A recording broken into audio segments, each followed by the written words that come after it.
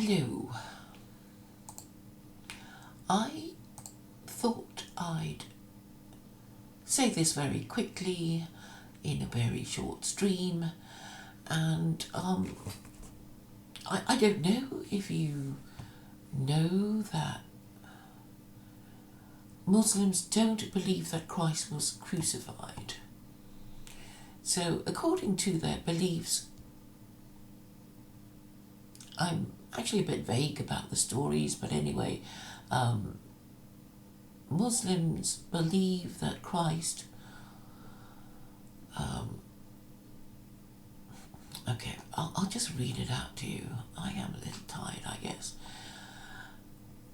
The Koran denies Jesus is the Son of God in several verses, including chapter 5, verse 116, quoting Jesus as denying he is the Son of God.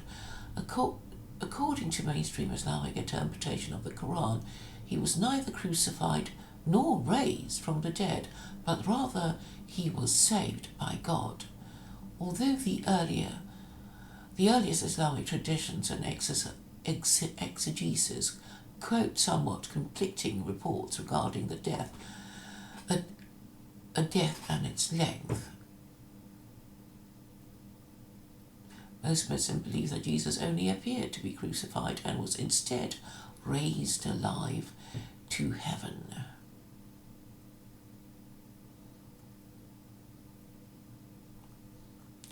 Now, you may believe it or you may not believe it,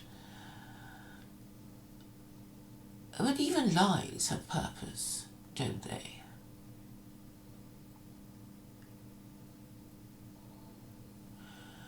So, what would be the purpose of this life?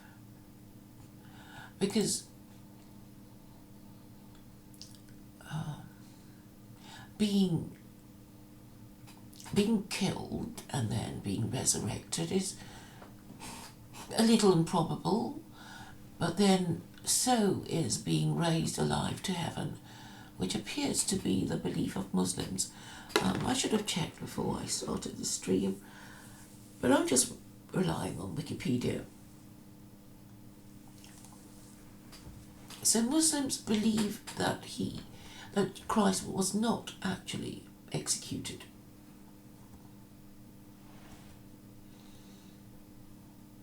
And you think, well, why? What would be the point of this belief? I was reminded of this in the context of looking up, researching Seventh-day Adventism,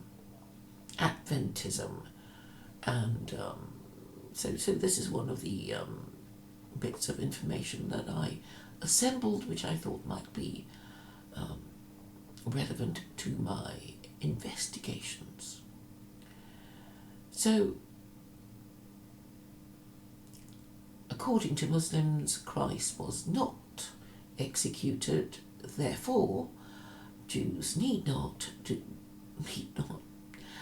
be found guilty of his death, since he never died.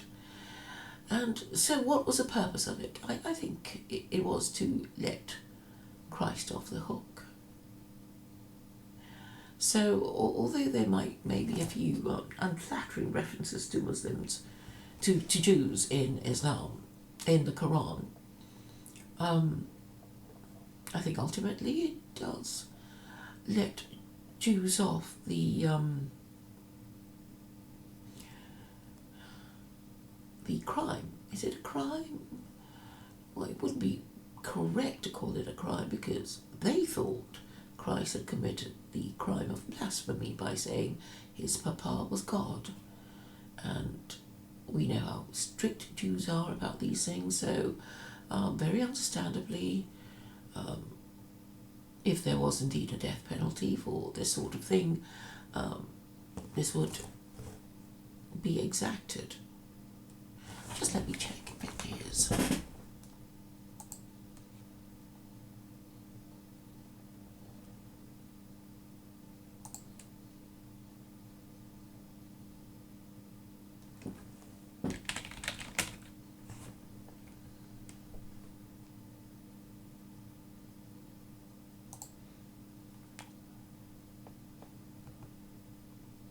What was I saying? I've forgotten what I was looking up now. What was I talking about? I was looking up something. Yes, it was about Christ. Yes, I know now. This is terrible, isn't it? You actually forget the thing you're doing that you said only moments ago. Christ, execution. Okay, no, blasphemy, death penalty.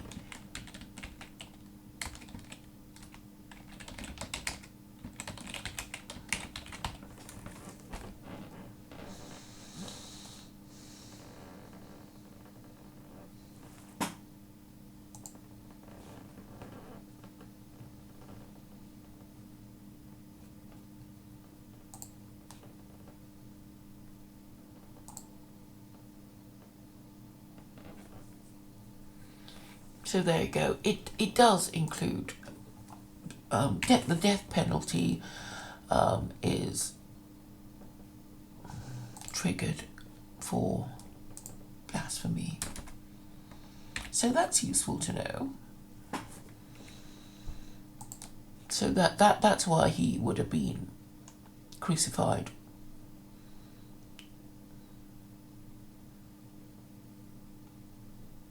No.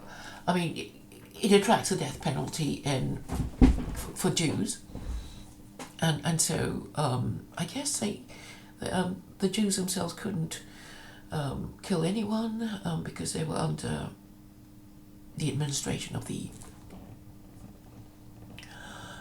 Romans, so they had to get the Romans to do it. I understand that is how it works.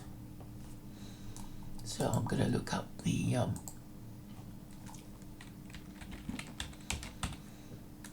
penalty for blasphemy.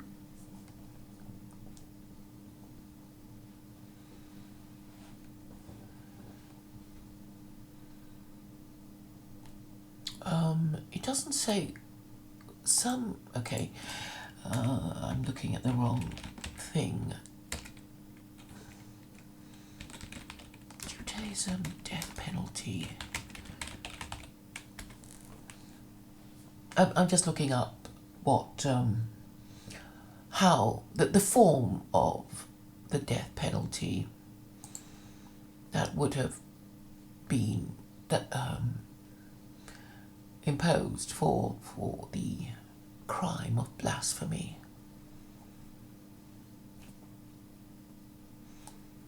So the four kinds of death penalty. There's stoning, there's burning, there's beheading by sword, and punishment by strangulation. So there's a kind of... I'm trying to work out which... why they would have one rather than the other. So,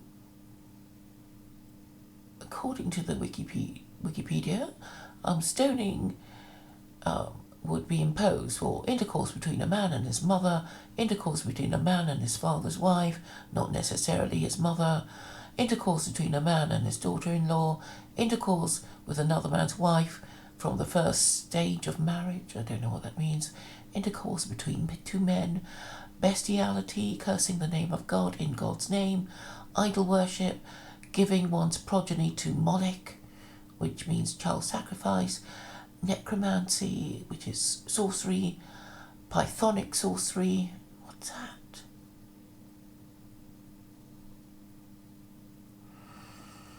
Well, I know the Pythia was something the Greeks did in... now, where was this? Where was this famous temple? So the Pythia was Delphi, that was the one. The Pythia was the oracle of Delphi, who was priestess who held court at Pytho, the sanctuary of the Delphinians, a sanctuary dedicated to the Greek god Apollo.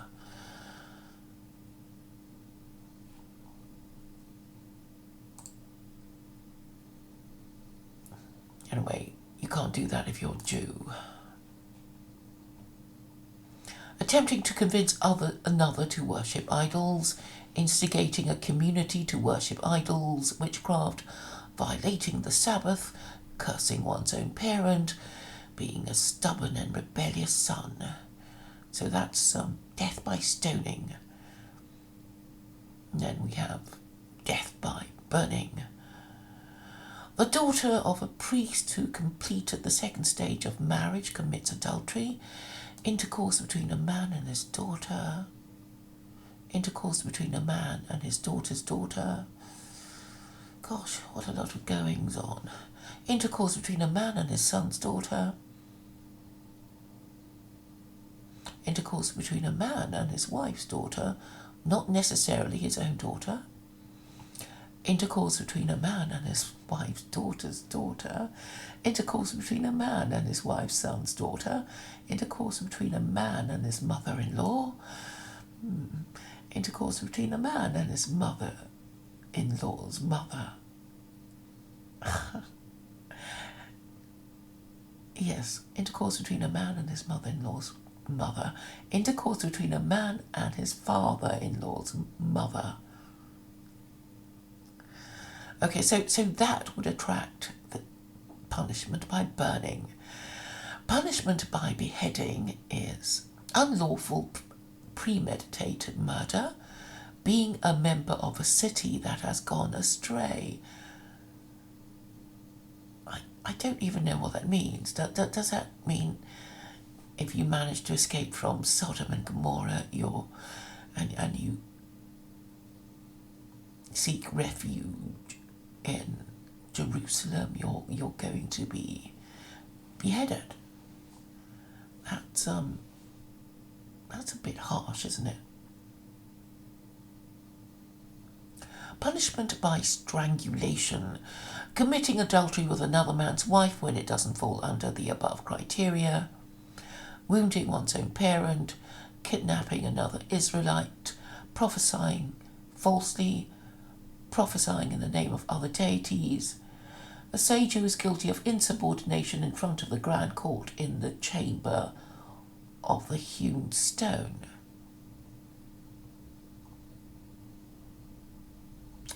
So, where does it say blasphemy? Did I read out anything that...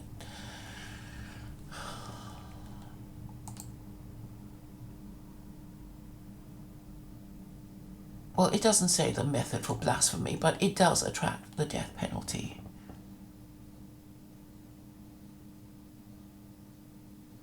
And blasphemy is defined as is the act of insulting or showing contempt or lack of reverence to a deity or sacred objects or towards something considered sacred or inviolable. So if Jesus did indeed say that his papa was God, then I guess, these priests would get very angry with him indeed.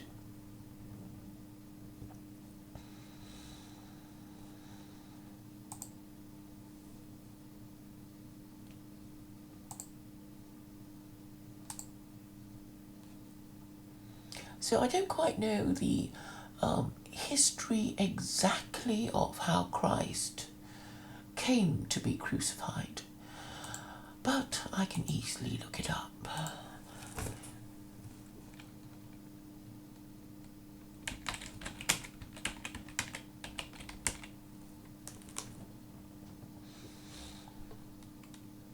I find it helpful to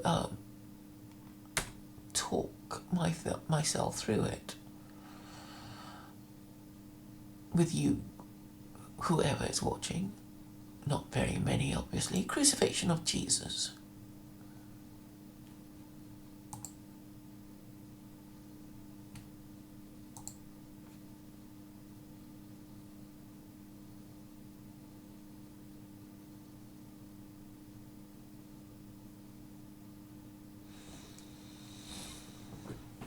It occurred. The crucifixion of Jesus occurred in 1st century Judea, most likely between AD 30 and 33.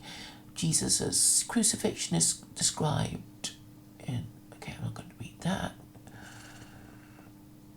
According to canonical Gospels, Jesus was arrested and tried by the Sanhedrin, and then sentenced by Pontius Pilate to be scourged and finally crucified by the Romans. Jesus was stripped off his clothing and offered wine mixed with myrrh or gall to drink before saying, "I am thirsty." He was then hung between two convicted thieves and, according to the Gospel of Mark, died some 6 hours later. During this time, the soldiers affixed a sign to the top of the cross stating, "Jesus of Nazareth, King of the Jews," which, according to the Gospel of St. John, was written in 3 languages. They then divided his garments among themselves and cast lots for his seamless robe, according to the Gospel of John.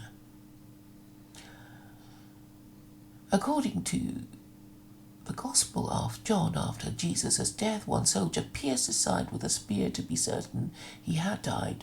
Then blood and water gushed from the wound. The Bible describes 7 statements that Jesus made while he was on the cross, as well as several supernatural events that occurred.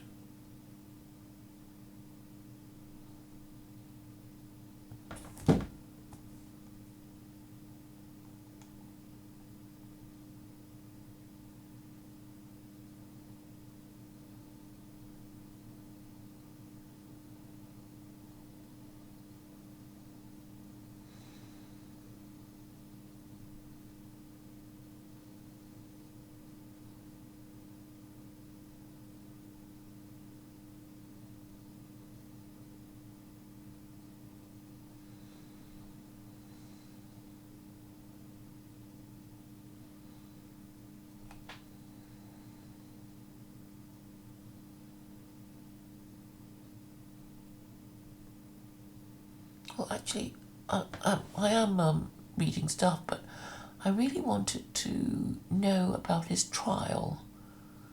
So I don't really want to know about how he was crucified, and I want to know how he came to be convicted of whatever crime it was, they said. But it doesn't seem to say. Okay, Trial of Jesus, I suppose I should look up.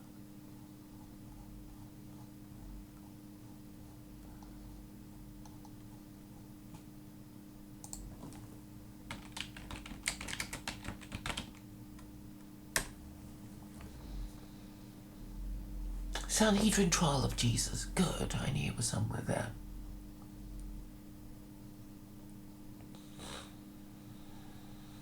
In the New Testament, the Sanhedrin trial of Jesus refers to the trial of Jesus before the Sanhedrin, a Jewish judicial body, following his arrest in Jerusalem and prior to his dispensation by Pontius Pilate. It is an event reported by all 4 canonical Gospels of the New Testament, although John's Gospel does not explicitly mention a Sanhedrin trial in this context. Jesus is generally quiet, does not mount a defense, and rarely responds to the accusations, but is condemned by the Jewish authorities for various accusations: violating the Sabbath law by healing on the Sabbath, threatening to destroy the Jewish temple, sorcery, exorcising people by the power of demons, and claiming to be both the Messiah and the Son of God. The Jewish leaders then take Jesus to Pontius Pilate, the governor of Roman Judea, and ask that he be tried for claiming to be the King of the Jews. The trial, as depicted in the Synoptic Gospels, is temporarily placed informally on Thursday night and then again formally on Friday morning. However, since the Jewish preparation day begins Thursday at sunset, according to the Gospel of John, this informally happened Wednesday night and then again formally on Thursday morning, with him eventually being taken off the cross Thursday night, being the beginning of the Jews' day of preparation, as is written at John 19:42. This is a bit complicated.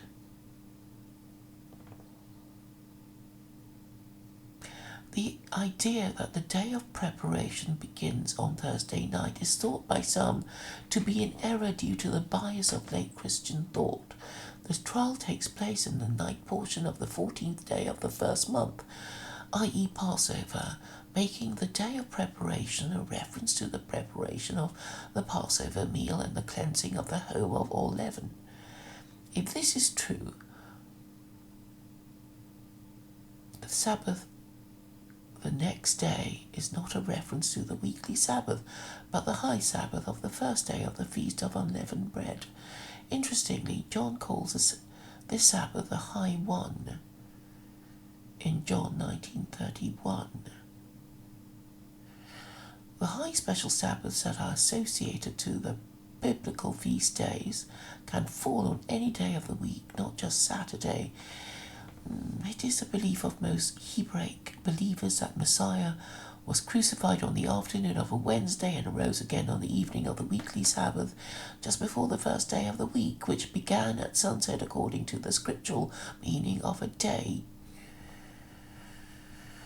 When the women went to the grave in the morning, his tomb was already empty. He was already gone. A Wednesday to Saturday time frame fulfills the only sign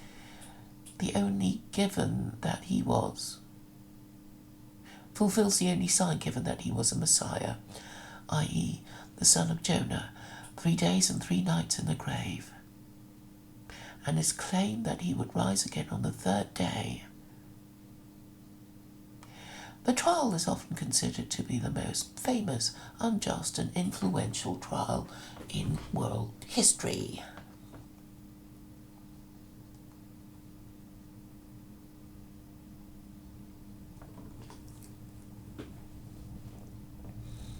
In the narrative of all the canonical Gospels, after the arrest of Jesus, he is taken to the Sanhedrin.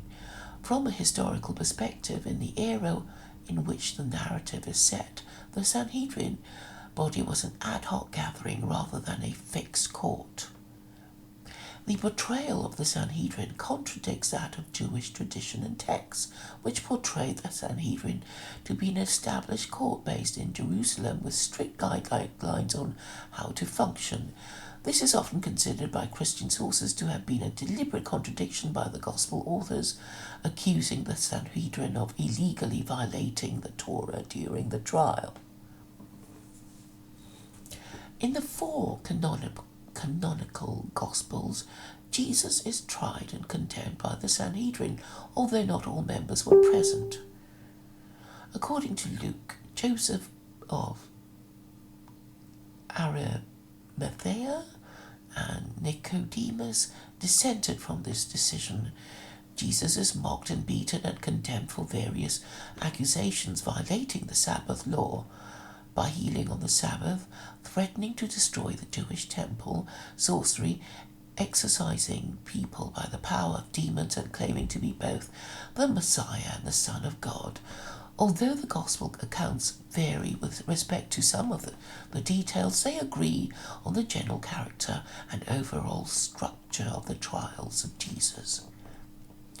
Matthew 26:57 states that Jesus was taken to the house of Caiaphas, the high priest of Israel, where the scribes and the elders were gathered together. Matthew 27:1 adds that the next morning the priest held another meeting. Mark 14:53 states that Jesus was taken the night to the high priest without naming the priest.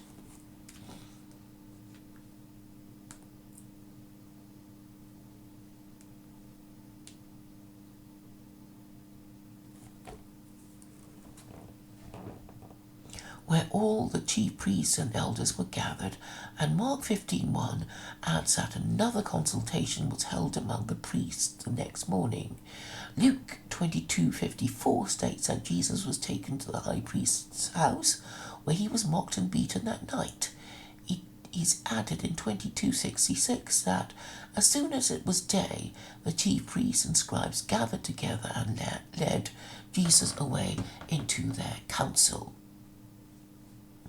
In John 18:12-14, however, Jesus is first taken to Annas, the father-in-law of Caiaphas, who was the high priest at that time. Annas was the former high priest, and it appears that Caiaphas sought Annas' confirmation of Caiaphas' actions. In 1824, Jesus is sent from Annas to Caiaphas the high priest, and 1828 states that early in the morning, Jesus was led from Caiaphas to Pontius Pilate in the Praetorium. In all four Gospel accounts, the trial of Jesus before the priests and scribes is interleaved with the denial of Peter narrative, where Apostle Peter, who followed Jesus, denies knowing him 3 times. Luke 22:61 states that as Jesus was bound and standing at the priest's house, Peter was in the courtyard. Jesus turned and looked straight at him, and Peter remembered the words Jesus had spoken to him. Before the rooster crows today, you will disown me 3 times. In the Gospel accounts, Jesus speaks very little and gives very infrequent and indirect answers to the questions of the priests, according to John 18:22, prompting an officer to slap him. In Matthew 26:62, the lack of response from Jesus prompts the high priest to ask him, "Answerest thou nothing?" In the Gospel accounts, the men that hold Jesus at the high priest's house mock, blindfold, insult and beat him, at times slapping him and asking him to guess who had hit him that time. Mark 14:55-59 states that the chief priests had sought witness against Jesus to put him to death, but did not find any. So they arranged for false witnesses against him, but their witnesses did not agree together. Mark 14:61 states that the high priest then asked Jesus, "Art thou the Christ, the Son of the Blessed?" And Jesus said, "I am," at which point the high priest tore his own robe in anger and accused Jesus of blasphemy. In Matthew 26:63, the high priest asks, "Tell us whether you are the Christ, the Son of God." Jesus responds, "You have said it," prompting the high priest to tear his own robe, breaking Mosaic law, according to Leviticus 21:10. In Luke 22:67, Jesus is asked, "If thou art the Christ, tell us." But he said unto them, "If I tell you, ye will not believe." But in 22:70, when asked, "Are you then the Son of God?" Jesus answers, You say that I am, affirming the title Son of God. At that point, the priests say, "What further need have we of witness? For we ourselves have heard him from his own mouth." And they decide to condemn Jesus. Thereafter, in Pilate's court, the Jewish elders asked Pontius Pilate to judge and condemn Jesus, accusing him of claiming to be the King of Jews. Such a claim would be considered treasonous, being a direct challenge to the Roman authorities. So it would appear that, although I guess they're a bit like, maybe they were a bit like Sharia courts. Now, they can, they only have very, limited jurisdiction, and they weren't allowed to kill anybody, because if anybody was going to be executed, it would be for the Romans to do, since the Romans were now in charge.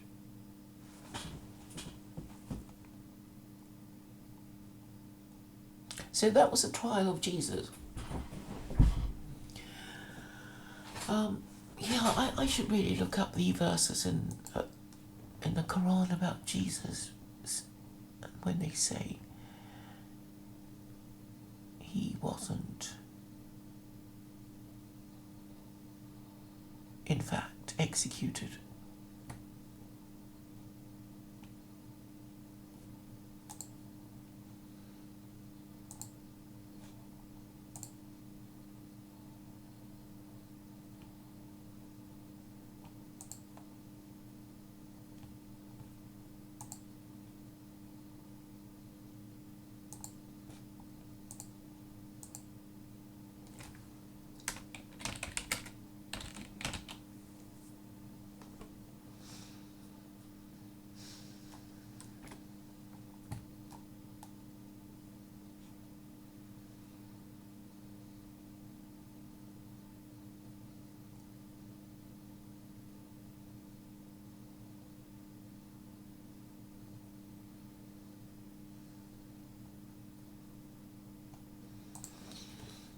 should look up under the Jewish Virtual Library, I suppose.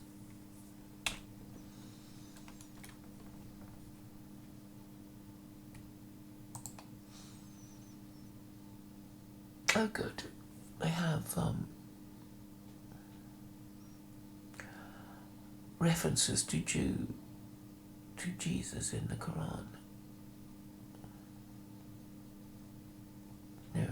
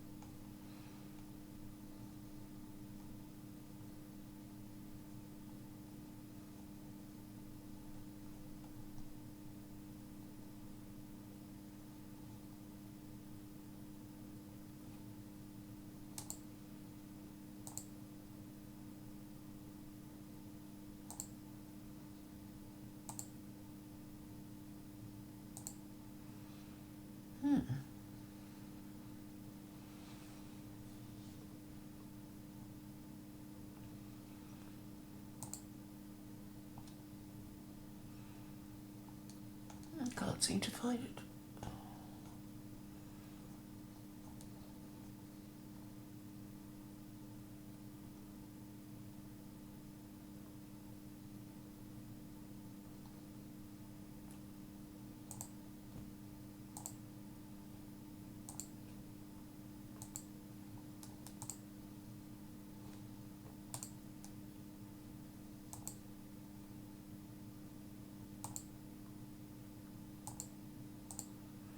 Well, I don't know why I can't do the find word thing.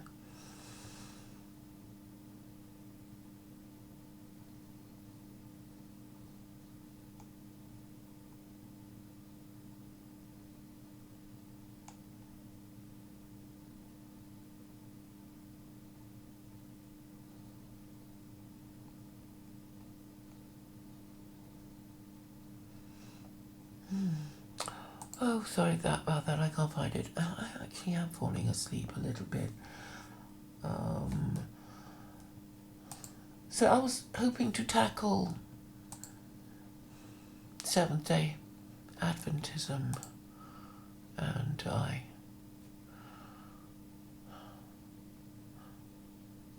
I've rather lost interest in that.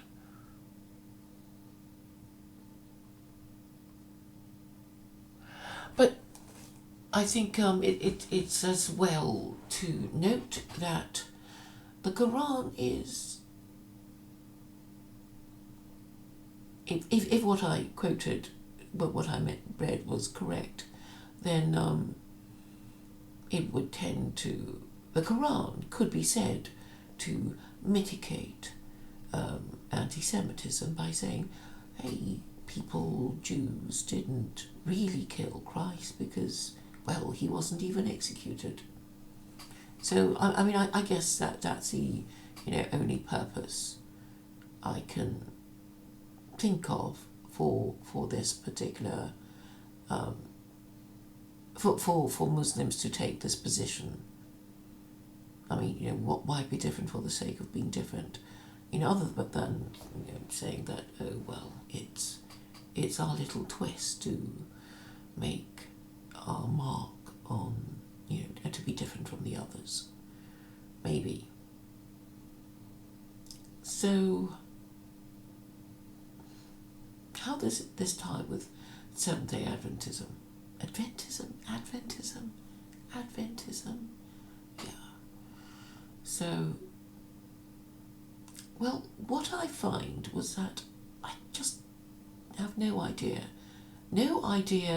what the doctrinal dispute was between Desmond Ford and his church. Just no idea. I've read it a few times, and I like to think I be smart enough to work out what. Gosh, I'm sorry, I am really tired.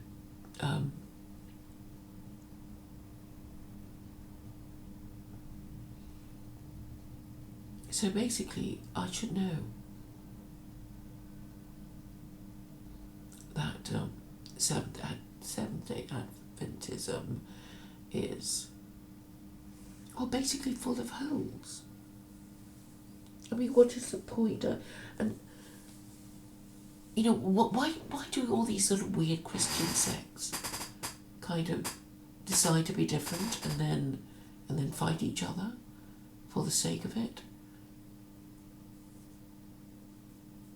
I mean, it's really obvious that it happens more in Christianity than Islam, and I think it happens more in Christianity because it's a scripture. It's a scripture, boys and girls. The scripture is not well drafted enough. So, it's just stories, and people try to extract principles from those stories, and they get the wrong end of the stick. So what we want are proper rules, straight from the man himself, saying, yes, we are to do this, no, we are not to do that. And even then, there will be trouble ahead. Just because so many people would all want to interpret it their own way. But that should be okay once you have a state version of it. So, just supposing secular Quranism were adopted.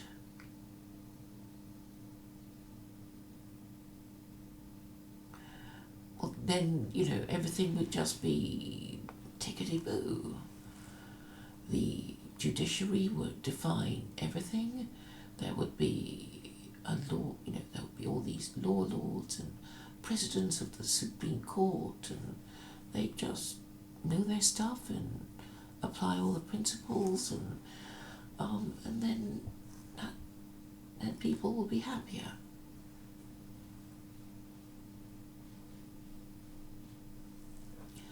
But I suppose it's because I have no idea what Desmond Ford was arguing with his church about. I guess I do try to make head or tail of it, and I don't think the Wikipedia entry is good enough. So he doesn't really understand why he got kicked out of the church in the end. And it's something about perfect sinning or imperfect sinning or some weird stuff that I really can't get my head round. But anyway, I've spoken long enough, and as you can probably hear from my voice, I am a little tired. So thank you all for listening.